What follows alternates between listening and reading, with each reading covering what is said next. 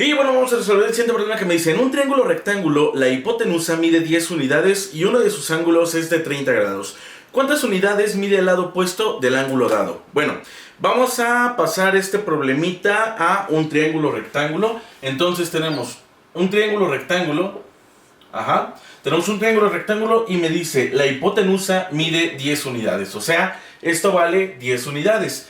Me está diciendo, y uno de sus ángulos es de 30 grados. Realmente no me dice cuál de los ángulos. No me dice si es este o este, pero eso sí debemos de saber y recordar que un triángulo rectángulo tiene un ángulo recto de 90 grados justamente aquí, ¿verdad? Opuesto a la hipotenusa. Entonces, no importa qué ángulo tomemos, va a dar lo mismo, va a dar exactamente lo mismo. Entonces, yo voy a tomar este ángulo con el valor de 30 grados porque es lo que me indica el problema. Y me dice, ¿cuántas unidades mide el lado opuesto al ángulo dado? ¿Cuántas unidades mide el lado opuesto al ángulo dado? Es decir, este lado. Queremos saber el valor de este lado, le voy a poner X. Ahí está. Entonces, vean. Para poder resolver este problema, y una vez más, insisto, si ustedes pusieron el ángulo aquí, entonces van a sacar este lado.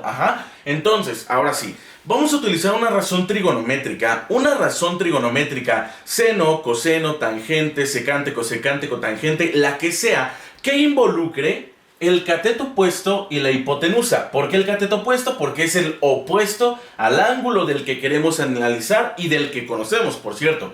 Entonces, necesitamos encontrar una razón trigonométrica que involucre cateto opuesto y que involucre hipotenusa.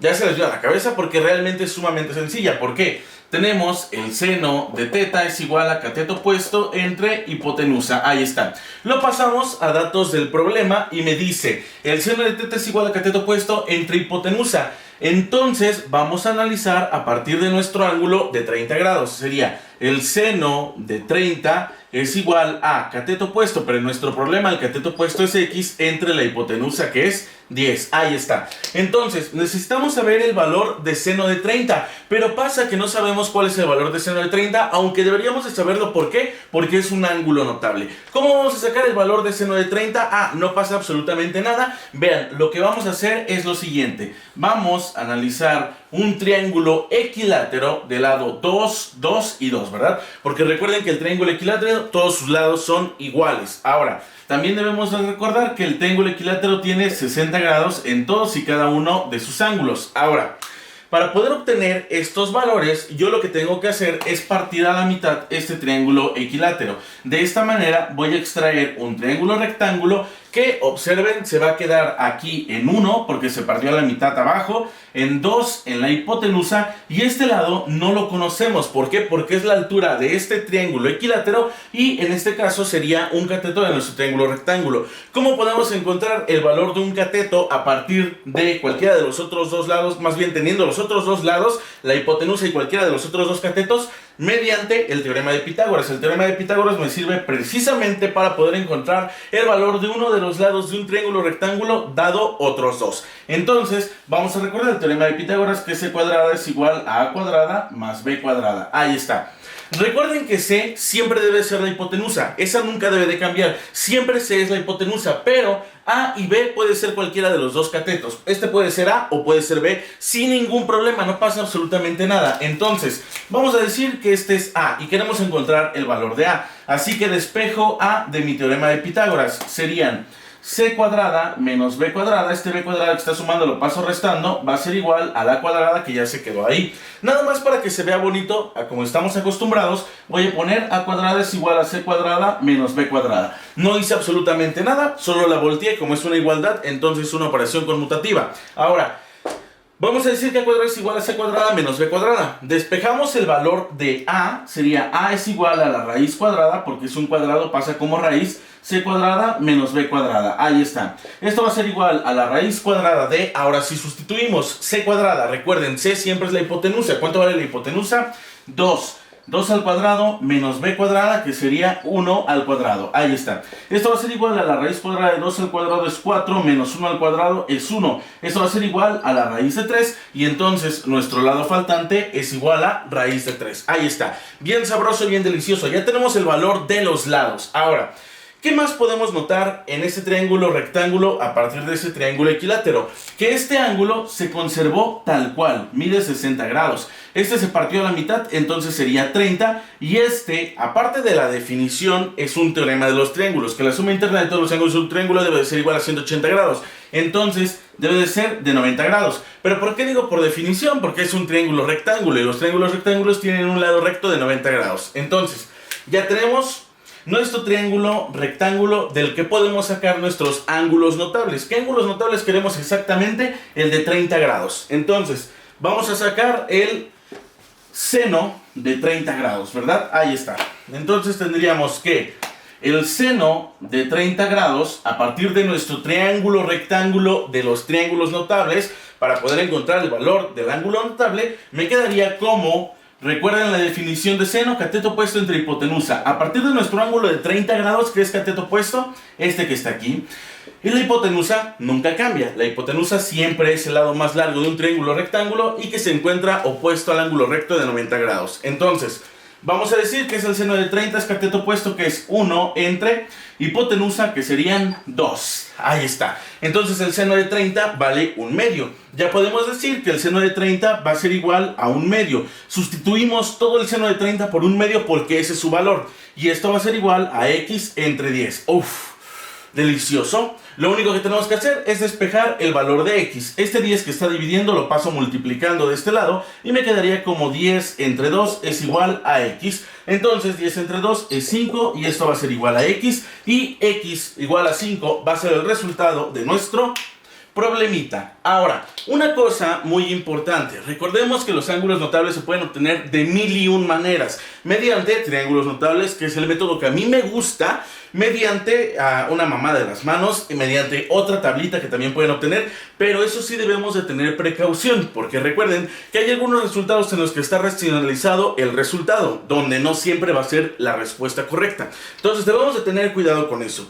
Y obviamente no se limiten a utilizar los métodos que ustedes quieran. Si entienden mejor uno que otro, entonces utilicen ese método. Personalmente hablando, a mí me gustan estos métodos. ¿Por qué? Porque si hacemos el método de la tablita o el método de las manos, que realmente no me acuerdo cómo es, vamos a tener que hacerlo todo, absolutamente todo, o sea, toda la tabla o toda la mano. Pero si queremos específicamente un ángulo así muy específico, directamente nos saltamos a los triángulos notables. Y de los triángulos notables obtenemos exactamente el valor del ángulo que yo deseo. Es más puntual, más exacto. No quiere decir que sea mejor que los otros, pero a mí me gusta más. Personalmente hablando, a mí me gusta más. Además, una cosa que sí les voy a decir, como siempre se los digo y como siempre se los voy a decir, yo me tardé mucho haciendo este pequeño procedimiento, pero yo, que ya lo conozco, pude haber sacado directamente este triángulo notable y ya, así de fácil. Y así va a pasar lo mismo con ustedes mientras más lo usen, pero una vez más repito, lo hacen como ustedes quieran. Es más, si ya se saben el valor de seno de 30, pues ya, ¿no? Pues también está bien, no pasa nada. Entonces, x igual a 5 sería el resultado de este problema.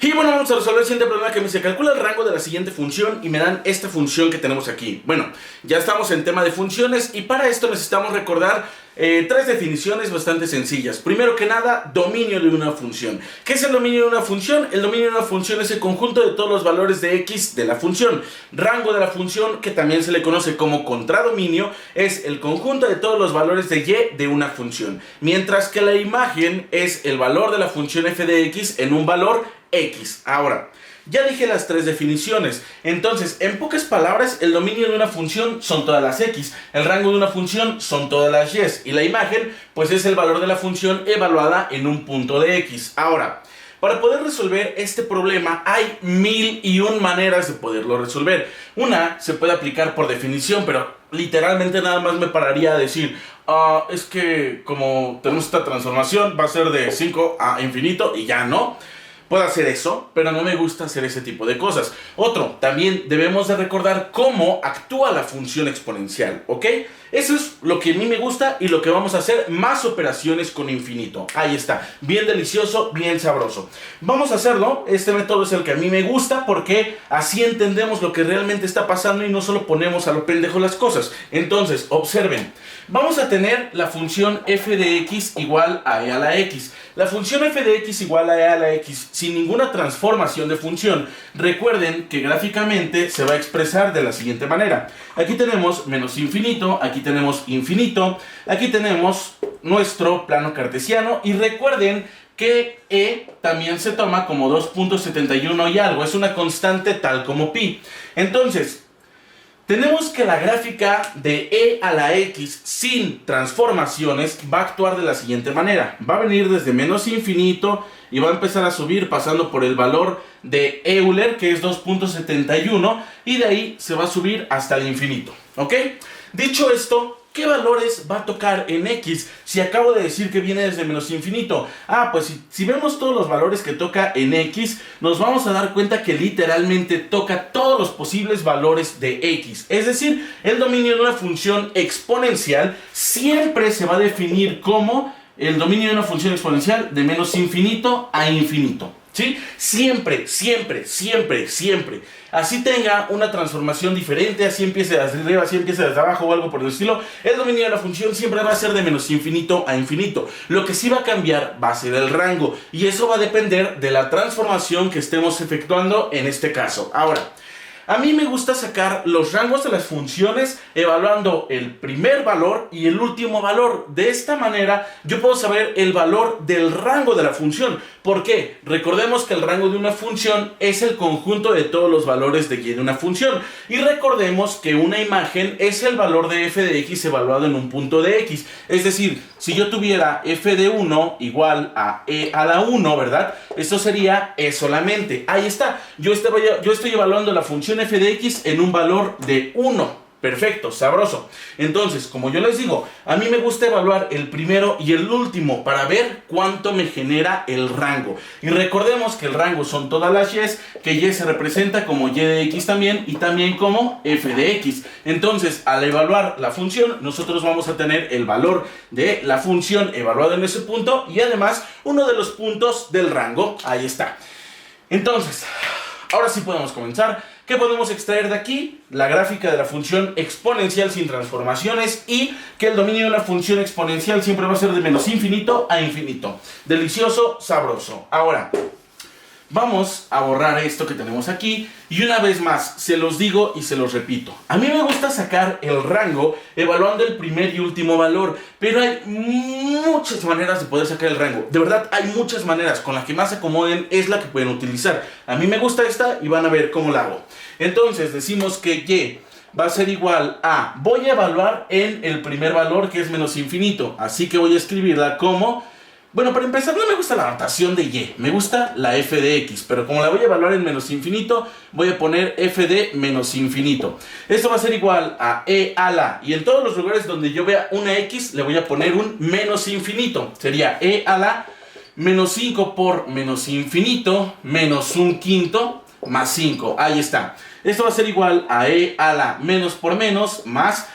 Que estemos tratando con infinito no quiere decir que no vamos a actuar con la ley de los signos, ¿verdad? 5 por infinito es infinito, porque un infinito por una constante es infinito, menos un quinto, ahí está, más 5. Esto va a ser igual a e a la infinito menos un quinto. ¿Cuánto es infinito menos un quinto? Recordemos que infinito más menos cualquier constante va a ser infinito. Entonces sería e a la infinito más 5. Ahí está, sabroso, suculento. Y esto va a ser igual a e a la infinito es infinito más 5. Y esto va a ser igual a infinito. Ahí está. Entonces, si evaluamos en el primer valor de x, vamos a tener que sería infinito. Ahora, vamos a evaluar en el último valor de x. En el último valor de x vamos a evaluar ahora con un infinito. Vamos a tener aquí que f de menos infinito va a ser igual a infinito. Ahí está, sabroso, suculento. Entonces, ahora vamos a evaluar en el último valor, que es infinito, y vamos a tener que sería f de infinito va a ser igual a e a la menos 5 por infinito. Recuerden, en todos los lugares donde veamos una x yo le voy a poner un infinito. E a la menos 5 por infinito menos un quinto más 5. Ahí está. F a la infinito va a ser igual a E a la menos 5 por infinito sería menos infinito, ¿verdad? Porque recuerden, actúan las leyes de los signos. Menos un quinto más 5. Ahí está. F de infinito va a ser igual a E a la menos infinito menos un quinto sería menos infinito más 5. F a la infinito va a ser igual a E a la menos infinito. ¿Cuánto es E a la menos infinito? E a la menos infinito es 0. Así como lo oyen, así como lo ven, es 0. E a la menos infinito es 0, E a la infinito es infinito.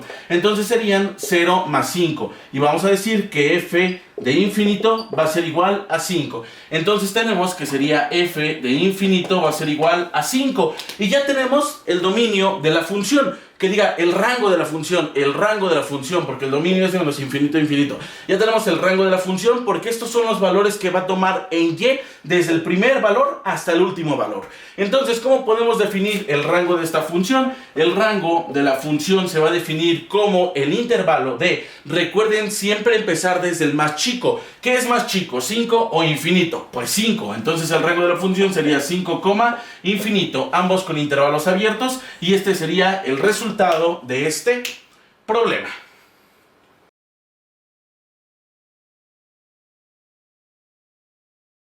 Y bueno, vamos a resolver el siguiente problema que me dice: encuentra las coordenadas del punto medio entre los puntos P 0,2 y Q 4,6. Uy, qué difícil punto medio. Bueno, esto realmente es sumamente sencillo. ¿Por qué? Porque solamente es una formulita muy directa. ¿Cuál es el punto medio? El punto medio va a ser x1 más x2 entre 2, y1 más y2 entre 2. Ahí está. Eso se define como el punto medio.